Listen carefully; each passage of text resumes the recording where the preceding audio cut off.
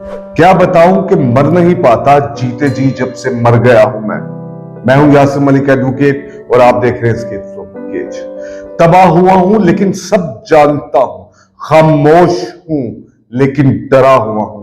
मैं हूं पाकिस्तान का वो आम आदमी जो सब कुछ देखते, जानते, सुनते, पूछते भी खामोश है। बीइंग आम आदमी, जब भी आप किसी को देखते हैं, आप इदारों की तरफ देखते हैं, आप मुल्क की माशियत की तरफ देखते हैं, मुल्क की सालमियत की तरफ देखते हैं, अपनी इज्जत नफ्स की तरफ देखते हैं, तो सवाए नेगेटिविटी के, मनफी असरात के आपके पास कुछ नजर नहीं आता। आप ढूंढने की कोशिश भी करें तो नहीं।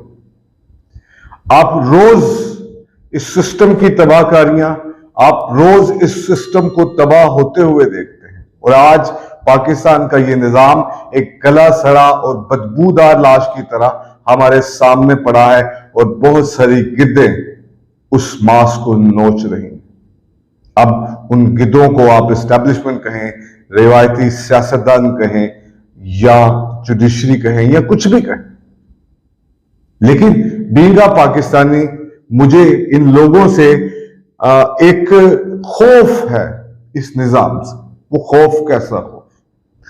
जब मैं अदालतों को ऑर्डर करते देखता हूं कि फलाने शख्स को छोड़ दिया जाए, लेकिन उसके बावजूद भी रियासती अदारे उसको नहीं छोड़ते, तो मैं खौफ महसूस करता हूं। जब मैं किसी थाने में, पुलिस स्टेशन के अंदर जाता हूं, वहां पे मेरी तजलील की जाती है, इज्जत नफ्स मजरूह की जाती है, तो मैं खौफ खाता हूं। इवन के जिंदगी का कोई ऐसा मामला नहीं जो मैं सर अंजाम देने जा रहा हूं और मैं उस पर खौफ ना खाऊं, क्योंकि मैं पाकिस्तान का एक आम आदमी हूं। इसी तरह के पाकिस्तान के पॉलिटिकल हालात, सियासी सूरत हाल, आज एक चीज कंफर्म है कि डट के कप्तान खड़ा है अपनी जगह पर, वो पाकिस्तान से बाहर नहीं जा रहा। कप्तान वो शख्स है जिसने रोटी कपड़ा मकान के बाद शऊर का वो नारा लगाया, जिसने कहा ला इलाहा इल्लल्लाह के बाद आप अपने तमाम मामला अल्लाह की तरफ कर देते हैं और आपका हर खौफ से आप आजाद हो जाते हैं। जिसने तालीम की बात की, शऊर की बात की, रियासत मदीना की बात की। 3 साल हुकूमत मिली भी, लेकिन उस 3 साल में क्या वो उतना कुछ कर पाया? आप उसको मार्जिन ऑफ एरर जरूर देंगे, उसको टाइम पूरा दें, लेकिन उसके बावजूद भी रजीम चेंज ऑपरेशन के बाद, हुकूमत जाने के बाद जो उस शख्स के साथ हुआ, शायद इस दुनिया की तारीख में किसी सियासतदान, किसी पॉलिटिकल लीडर के साथ ऐसे नहीं हुआ। 200 से ज्यादा FIR और निजाम उसको सजा देने पर तुल गया, लेकिन वो शख्स अभी तक इस निजाम के सामने खड़ा है और ये निजाम उसको जेल में डालने के बावजूद भी उससे कांप रहा। अब हम इसके बारे में क्या कहें? एक खबर आई थी, असद कैसर, अली मोहम्मद खान और बैरिस्टर सैफ जो हैं वो मौलाना फजल रहमान से मिले। इसका जो नेगेटिव प्रोपेगेंडा है, वो जो फैलाया गया, वो जो तस्वीर शाया की गई, जिसे डिनाई तो कर लिया गया, जिसको अच्छा नहीं समझा गया, अब कहीं ना कहीं तो ये बात भी चल रही है। क्या इमरान खान इस सब से वाकिफ है या नहीं है? क्या इमरान खान साहब वो बात, वो स्टांस और वो नैरेटिव जिसके बलबूते पर वो आज पॉपुलैरिटी की मिराज पे पहुंचे हैं, क्या अब वो उस नैरेटिव से पीछे हट जाएंगे? मौलाना फजल रहमान, जरदारी, नवाज शरीफ या एस्टेब्लिशमेंट के साथ हाथ मिलाकर क्या वो फिर वही रिवायती सियासतदान बन जाएंगे? जिसका जवाब यकीनन नहीं। आप दूसरी तरफ रिवायती सियासतदानों को देखिए। मौलाना फजल रहमान से बात शुरू करते हैं। हर गवर्नमेंट के अंदर मौलाना फजल रहमान का होना लाजिम है, क्योंकि वो हर चीज आपकी मान लेते हैं। उनको पाकिस्तान से, उनको अपने लोगों से, जिन्होंने इनको वोट दिए होते, उनसे कोई कंसर्न नहीं। उनको अपनी वजारतें, अपने बेनिफिट्स अजीज। नवाज शरीफ, आसिफ अली जरदारी, असफद यार वली, बलोचिस्तान की पार्टीज, जितने भी पॉलिटिकल लीडर्स आपके सामने हैं, वो इस निजाम के सामने, ताकतवरों के सामने, माफियाज के सामने सजदे में। कभी बूट चाटते हैं, कभी उठ के बातें करते हैं, बड़े बड़े ऐलान करते हैं, फिर घबरा के वापस अपने नैरेटिव से पीछे हटते हैं, फिर वही सजदे शुरू। ताकत का जम कभी उनको उन ताकतवरों के सामने खड़ा होने पर मजबूर कर जाता है जिन ताकतवरों उनको ताकतवर बनवाया। आज ये निजाम आपके सामने, अदालत जिसने आपके फंडामेंटल राइट्स को प्रोटेक्ट करना था, उसके सामने भी निजाम आमने सामने खड़ा, किसी ना किसी हद तक खड़ा। अदालत कहती है फलाने बंदे को छोड़ दो, नहीं छोड़ते, दूसरा केस, तीसरा केस, चौथा केस। इसके बावजूद जब आसिम मुनीर साहब आके खिताब करते हैं, उसके अंदर कहते हैं सोशल मीडिया के दहशतगर्द, फलाने, नेगेटिव प्रोपेगेंडा, तो सर आप उन लोगों को कुछ कहने से पहले अपने गिरेबानों में झांकने की जरूरत है। अपनी पॉलिसीज को भी तो देखना पड़ेगा। हमने फौज के खिलाफ कब बात की, हमने शोहदा के खिलाफ कब बात की, हम कब किसी के खिलाफ बात करते हैं? हम तो उन राइट्स की बात करते हैं जो राइट्स हमें मिले ही नहीं है। हम तो फंडामेंटल राइट्स मांग रहे हैं जो आईने पाकिस्तान ने दिए हैं। हम तो कहते हैं आईने पाकिस्तान ने जहां पे आपको पाबंद किया है वहां पर पाबंद रहे। जब आप इन चंद हफ्तों के अंदर डॉलर की कीमत को नीचे ला सकते हैं, उसकी जो बाहर स्मगलिंग है उसको रोक सकते हैं, तो 16 माह के अंदर क्या था, उससे पहले क्या था? चीनी के मामला ले लें, दूसरे मामला लेते हैं, हर तरफ वादी नजर में प्रामा फिशा है। ये जो चीज है ये हमें सिर्फ एक टोपी ड्रामे से ज्यादा कुछ नजर नहीं आती। It need explanation.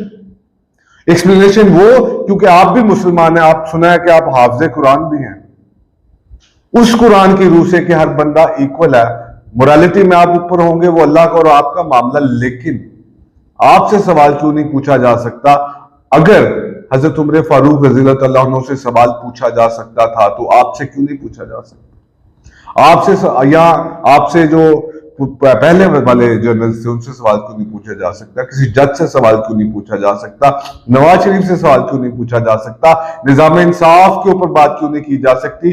सिस्टम की इस बदकारी और बदफेली के ऊपर बात क्यों नहीं की जा सकती? मसला इमरान खान नहीं है, मसला एक आम आदमी है। आम आदमी है जो डरा हुआ है, जो सहमा हुआ है, लेकिन जानता है सब कुछ। ये नफरतें इसी तरह से परवान चढ़ती हैं। हम बार बार आपसे कह रहे हैं कि नफरतें इसी तरह से परवान चढ़ती हैं, चढ़ती रहेंगी। लेकिन आपने क्या किया? आप उन नफरतों को मजीद बढ़ा रहे हैं सर। आप मिसिंग पर्संस की बात कर लें, आप रूल ऑफ लॉ की बात कर लें, सिविल इदारों की बात कर लें, जबकि कोई बात आती है ना, सिविल इदारे अपना काम ठीक तरह से नहीं कर रहे। आज उन सिविल इदारों में देखें कितने रिटायर्ड जनरल और करंट जनरल मौजूद हैं। ये कौन सी डेमोक्रेसी के अंदर हमें रखा हुआ है, जहां पे हम आवाज भी नहीं उठा सकते, जहां पे हम बात भी नहीं कर सकते, जहां पे हम कुछ भी नहीं कर सकते? क्यों किसी के ऊपर सवाल नहीं किया जा सकता? क्यों कोई जवाबदेही नहीं है? क्यों कोई मुल्क आईन अवाम से ऊपर है? क्यों डिफरेंट तरह का कानून पाकिस्तान के अंदर नजर आ रहा है? ये सवाल तो हम उनसे पूछेंगे ना जिनके पास ताकत है, और ताकतवर जवाब देगा according to the constitution of Pakistan, according to the Quran, according to the Sunnah. नहीं देना चाहते तो साफ कानून बनाए, कॉन्स्टिट्यूशन पाकिस्तान को पाड़ दें, इस्लामी जमहूरिया का वर्ड इस्तेमाल मत किया कीजिए। फिर नहीं पूछेंगे, क्योंकि कानून होगा, हम उसको फॉलो करेंगे। हम सब लोगों की जुबानें काट दीजिए। ये सबसे बेहतरीन बात। ना जुबान होगी ना आपसे बात करेंगे। तालीम और शऊर तो आप जैसी मुख्तलिफ रजीम ने मिलकर, इन सियासतदानों ने और ताकतवरों ने मिलकर कभी इस आम आवाम तक आने ही नहीं दिया। डिग्रीज चंद लोगों ने जरूर ली है, लेकिन तालीम शऊर नहीं दिया। जब तालीम और शऊर नहीं दिया तो कोई कैसे उठेगा, कोई कैसे बोलेगा? वो ज्यादा डर जाएगा, अपने रोज रूटीन के मामला से परे कैसे होगा? यही सवाल है जो उठते हैं, यही सवाल है जो आगे करने पड़ेंगे। अब जो एंटी करप्शन वालों ने परवेज इलाही साहब को गिरफ्तार किया, उनके घर से 41 लाख रुपए रिकवर करके ले आए हैं करप्शन के पैसे। Who defines that? ये जो आपके इन्वेस्टिगेशन ऑफिसर सरेआम रिश्वतें लेते हैं, ये जो पटवारी आपके रिश्वतें लेते हैं, पूरा निजाम, कोई काम आपका रिश्वत के बगैर नहीं होता, लेकिन एंटी करप्शन को वो कभी नजर नहीं आएगी। जरा निजाम को ठीक कीजिए ना। हमें भी पता है परवेज इलाही जो है वो स्टेटस को का हिस्सा है, हम नहीं कहते आप इसके साथ जो मर्जी करना चाहें करें, हमें आपसे क्या इतराज है, लेकिन आप ये तो बता दीजिए कम से कम। 90 दिन में इलेक्शन करवाने थे, क्यों नहीं हुए? अब तक इलेक्शन का अनाउंस भी नहीं होना हुए। क्यों ये सब कुछ हो रहा है इस मुल्क के अंदर? अदालत कहती है बंदा छोड़ दो, आप उसको फिर उठा के गिरफ्तार कर लेते हैं। अदालत आपका कुछ नहीं कर सकती। शेख रशीद आपके सामने, उस्मान डार आपके सामने है, इमरान रियाज खान आपके सामने। सवाल तो उठेंगे ना, आप चुप करा सकते हैं लेकिन सवाल तो उठेंगे, दबे दबे सीनों में मौजूद रहेंगे, जुबान पर ना भी है लेकिन सवाल रहेंगे। आपकी मर्जी है। और ये हमें नवाज शरीफ साहब देंगे इनकी फाइनेंशियल करप्शन के बारे में। आप लोगों ने हमें बताया इनकी फाइनेंशियल करप्शन के बारे में, मुशर्रफ साहब ने इनको बाहर निकाला लेकिन इनका एहतसाब नहीं कर पाए, क्योंकि अगर एहतसाब करने चलते तो उनको अपनी गवर्नमेंट नहीं मिल सकती थी, अपना सब कुछ स्टेक पे लग जाता। जब भी आप आईन और कानून की पाबंदी नहीं करेंगे, उसके पामाल करेंगे, आपको बहुत से लोगों को बेनिफिट देने पड़ेंगे और बगैर बेनिफिट के कोई आपके साथ नहीं आएगा। यही सब कुछ इस मुल्क के अंदर होता रहा है और यही सब कुछ इस मुल्क के अंदर होता रहना है। अब सियासतदानों की मर्जी वो सजदों में पड़े रहे, अवाम की मर्जी वो खामोश रहे। पाकिस्तान में ताकतवरों की मर्जी को शऊर और तालीम आम अवाम तक ना पहुंचने दे, सिविलियन अदारे ना बनने दे। हमारा इससे क्या काम?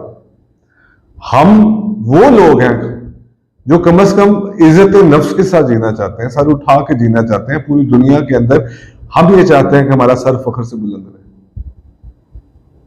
हमें तो अब बात करनी पड़ेगी, हमें तो आवाज उठानी पड़ेगी।